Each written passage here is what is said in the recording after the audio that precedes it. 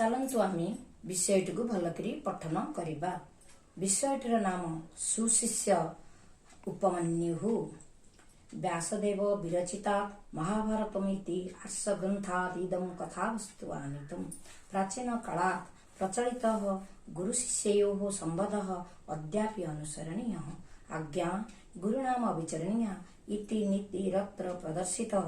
गुरुभक्तेः शिष्यस्य निष्ठायाः च सुफलम् अस्यां कथायाम् अनुभूयते।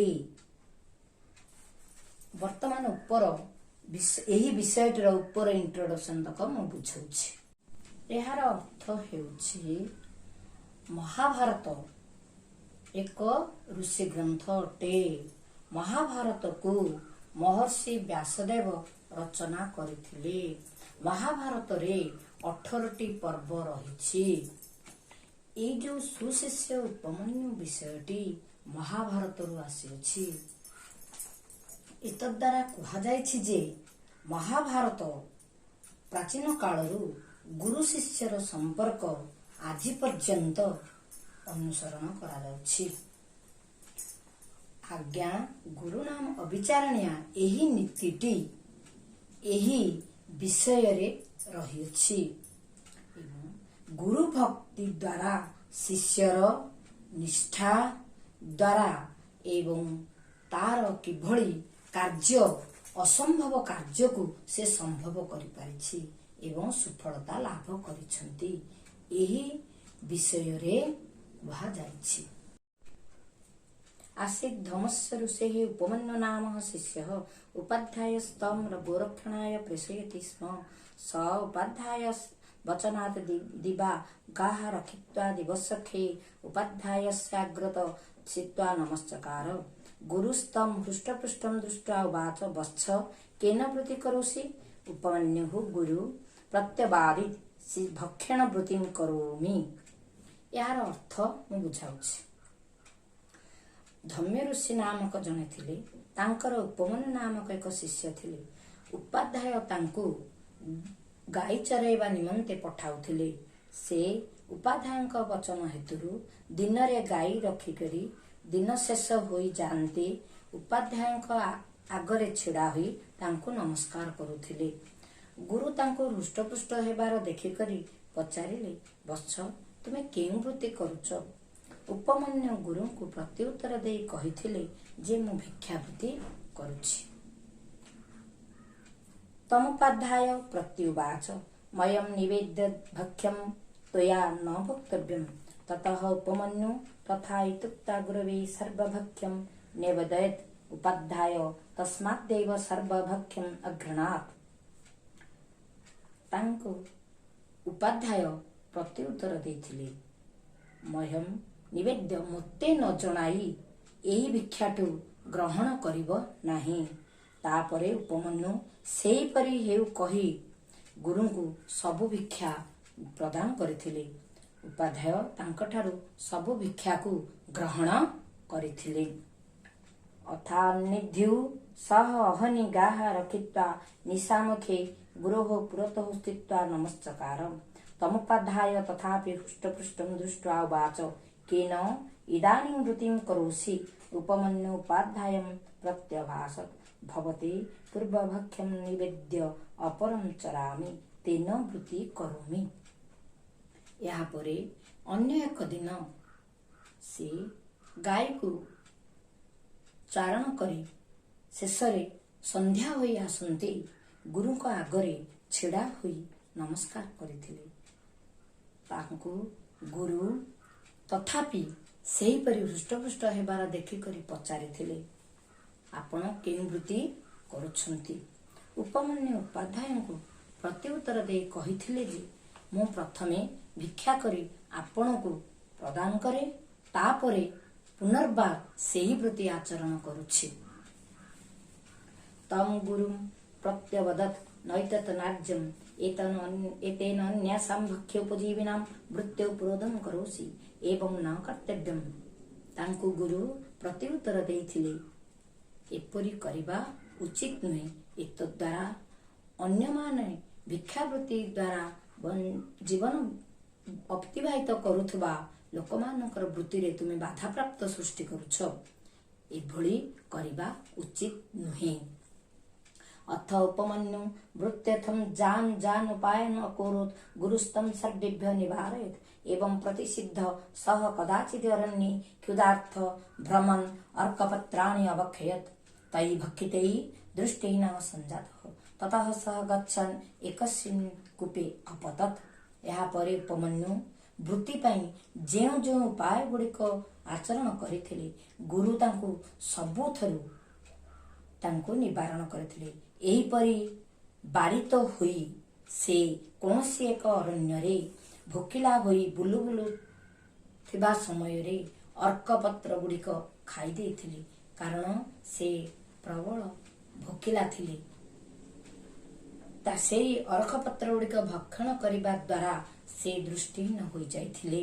ତାପରେ ସେ ଯାଉଥିବା ସମୟରେ ଅନ୍ଧ ହୋଇ ଏକ କୂଅରେ ପଡ଼ି ଯାଇଥିଲେ। ଅଥ ତସ୍ମିନ୍ ଅନାଗତେ ସୂର୍ଯ୍ୟେ ଚ ଅସ୍ତଙ୍ଗତେ ଗୁରୁଃ ଅନ୍ୟାନ୍ ଶିଷ୍ୟାନ୍ ଅବଦତ୍ ମୟା ସର୍ବତଃ ପ୍ରତିଷିଧଃ ସ ନିୟତଂ କୁପିତଂ ନାଗच्छତି ତସ୍ମାତ୍ ଶୂନ୍ୟସୁତାମ୍ ଇତ୍युକ୍ତ୍वा ଶିଷ୍ୟैः ସାର୍ଦ୍ଧम् ଅରଣ୍ୟं ଗତ୍वा ତମ୍ ଆହୁତବାନ୍ ଭୋ ଉପମନ୍ୟୁ କୁତ୍ର ଆସି ବତ୍ସ ଏହିତି। ଏହାପରେ ସେଇ ସୂର୍ଯ୍ୟ ଅସ୍ତ ହୋଇଯାଆନ୍ତେ, ସନ୍ଧ୍ୟା ଆସନ୍ତେ ଗୁରୁ ସବୁ ଶିଷ୍ୟମାନଙ୍କୁ ଦେଖି କହିଥିଲେ ଯେ ଉପମନ୍ୟୁ କାହିଁ ପ୍ରତ୍ୟାବର୍ତ୍ତନ କରିନାହାନ୍ତି। ମୁଁ ତାକୁ ସବୁଥରୁ ବାରଣ କରିବା ହେତୁରୁ ସେ ରାଗିଯାଇ ବୋଧହୁଏ ଆସିନାହାନ୍ତି। ତାପରେ ଗୁରୁ ଅନ୍ୟ ଶିଷ୍ୟମାନଙ୍କୁ ବୁଝାଇଥିଲେ ଏବଂ କହିଥିଲେ, ଚାଲ ବର୍ତ୍ତମାନ ଆମେମାନେ ସେଇ ଶିଷ୍ୟ ଉପମନ୍ୟୁକୁ ଖୋଜିବା। ଏବଂ ଗୁରୁ ଅନ୍ୟ ଶିଷ୍ୟମାନଙ୍କୁ ସାଙ୍ଗରେ ନେଇ ଉପମନ୍ୟୁକୁ ଖୋଜିବାକୁ ଯାଇଥିଲେ।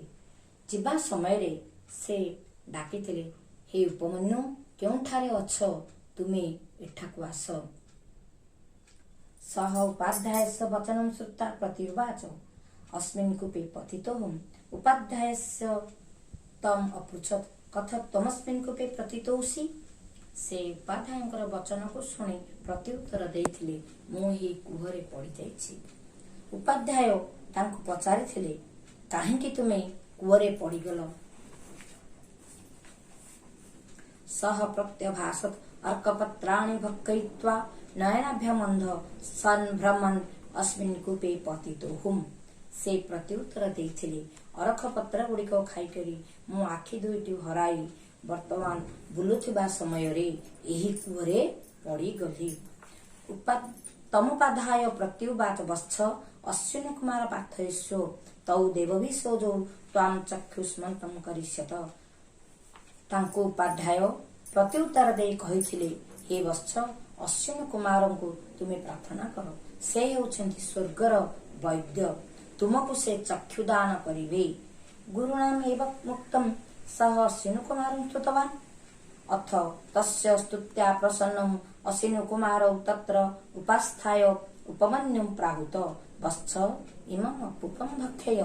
ଉପମନ୍ୟୁଃ ଅବଦତ୍ ଗୁରବେ ଅନିବେଦ୍ୟ ଇମମ୍ ଅପୁପଂ ନ ଭକ୍ଷୟିଷ୍ୟାମି। ଗୁରୁଙ୍କ ଦ୍ୱାରା ଏହିପରି କୁହାଯାନ୍ତେ ସେ ଅଶ୍ୱିନୀ କୁମାର ଦୁଇ ଜଣଙ୍କୁ ସ୍ତୁତି କରିଥିଲେ। ତାଙ୍କର ସ୍ତୁତିରେ ପ୍ରସନ୍ନ ହୋଇ ଅଶ୍ୱିନୀ କୁମାର ସେଠାରେ ଉପସ୍ଥିତ ହୋଇ ଉପମନ୍ୟୁଙ୍କୁ ଡାକିଥିଲେ, ହେ ବତ୍ସ, ଏହି ପିଠାଟିକୁ ତୁମେ ଖାଅ। ଉପମନ୍ୟୁ କହିଥିଲେ, ମୁଁ ଗୁରୁଙ୍କୁ ନ ଜଣାଇ ଏହି ପିଠାଟିକୁ ଭକ୍ଷଣ କରିବି ନାହିଁ। ଅଥ ଅଶ୍ୱିନୀ କୁମାର ଆହୁତ ବତ୍ସ ଆବନ୍ତେ ଅନୟା ଗୁରୁଭକ୍ତ୍ୟା ଅତୀବ ପ୍ରୀତୌ ସ୍ୱଃ ଚକ୍ଷୁଷ୍ମାନ୍ ଭବ ଶ୍ରେୟସ୍ତେ ଭବିଷ୍ୟତି ଯଶସ୍ୱୀ ଭବ। ଏହାପରେ ଅଶ୍ୱିନୀ କୁମାର ତାଙ୍କୁ ଡାକିକରି କହିଥିଲେ, ହେ ବତ୍ସ, ଆମେ ଦୁହେଁ ତୁମର ଏହି ପ୍ରଗାଢ଼ ଗୁରୁଭକ୍ତି ଦ୍ୱାରା ଅତ୍ୟନ୍ତ ସନ୍ତୁଷ୍ଟ ହୋଇଛୁ। ଏହାଦ୍ୱାରା ତୁମକୁ ଚକ୍ଷୁ ଦାନ କଲୁ। ତଥାସ୍ତୁ ବୋଲି ଅଶ୍ୱିନୀ କୁମାର କହିଥିଲେ ଏବଂ ତୁମେ ଶ୍ରେଷ୍ଠ ଲାଭ କର ଏବଂ ଯଶସ୍ୱୀ ହୁଅ। ତତ୍ ଉପମନ୍ୟୁ लब्धचक्षु उपाध्यायं निकषागत्य प्राणमत् सर्वं वदं च। उपाध्याय तस्मिन् प्रीतिमान् भूत्वा वदत् वत्स अश्विनीकुमारं यथाहुत तथा ते श्रेयो भविष्यति। सर्वे वेदाः सर्वाणि धर्मशास्त्राणि ते प्रतिभास्यन्ति। त्वमेव सर्वशास्त्रज्ञ भविष्यसि। उपाध्याय वचनात् उपमन्यु तथैव वदत् अतः साधुत्वं गुरुभक्त्या किं न सिद्ध्यति। तापरे उपमन्यु अश्विनी कुमार ठारू चक्षुलाभ करी उपाध्यायଙ୍କ ନିକଟକୁ ଯାଇଥିଲେ ଏବଂ ତାଙ୍କ ଆଗରେ ଅଶ୍ୱିନୀ କୁମାର ଯାହା ଯାହା ସବୁ କହିଥିଲେ ସେ ଗୁରୁଙ୍କ ଆଗରେ ସବୁ କଥା କହିଥିଲେ। ଉପାଧ୍ୟାୟ ତାଙ୍କଠାରୁ ଏକଥା ଶୁଣିକରି କହିଥିଲେ ବତ୍ସ ଅଶ୍ୱିନୀ କୁମାର ତୁମକୁ ଯେପରି କହିଲେ ତୁମେ ସେହିପରି ଶ୍ରେଷ୍ଠ ଲାଭ କରିବ ଏବଂ ସବୁ ବେଦ ସବୁ ଧର୍ମଶାସ୍ତ୍ରରେ ତୁମେ ପାରଙ୍ଗମ ହେବ ଏବଂ ତୁମର ପ୍ରତିଭା ଚାରିଆଡେ ଭାସି ଉଠିବ। ତୁମେ ସର୍ବଶାସ୍ତ୍ରଜ୍ଞ ହେବ। ଉପାଧ୍ୟାୟଙ୍କ ବଚନକୁ ଉପମନ୍ୟୁ ସେହିପରି କହିଥିଲେ। ଉପାଧ୍ୟାୟଙ୍କ ବଚନ ହେତୁ ଉପମନ୍ୟୁଙ୍କର ସେହିଭଳି ହୋଇଥିଲା। ଏଣୁ କୁହାଯାଇଛି ଯେ ଗୁରୁ ଭକ୍ତି ଦ୍ୱାରା କଣ ସିଦ୍ଧି ଲାଭ ନ ହୁଏ। ତେଣୁ ଆମେ ଶାସ୍ତ୍ରରୁ ଶିଖିବା ଗୁରୁଙ୍କୁ ଗୋଟିଏ ଶିଷ୍ୟ ତାର ଯଦି ଗୁରୁଙ୍କୁ ପ୍ରଗାଢ଼ ଭକ୍ତି କରିବ ନିଷ୍ଠା କରିବ ଗୁରୁଙ୍କ କାର୍ଯ୍ୟକୁ ସେ ଠିକ ରୂପରେ ପରିଣତ କରିବ ଏବଂ ଗୁରୁଙ୍କ ଆଚରଣକୁ ବି ମଧ୍ୟ ସେ ଠିକ ଭାବରେ ଆଚରିତ ହେବ। ଗୁରୁଙ୍କ କାର୍ଯ୍ୟ ଦ୍ୱାରା ସେ ନିଜେ ଯଦି କାର୍ଯ୍ୟକୁ ଲାଭ କରିକିରି ଏବଂ ବୁଝି ସେ ଗୁରୁଙ୍କୁ ଭକ୍ତି ଦ୍ୱାରା ଅସମ୍ଭବ କାର୍ଯ୍ୟକୁ ସଫଳତା ଲାଭ କରିପାରିବ। ଆମେ ଏଇ ଉପମନ୍ୟୁଙ୍କ ଠାରୁ ଏଇଭଳି ଶିକ୍ଷା ଲାଭ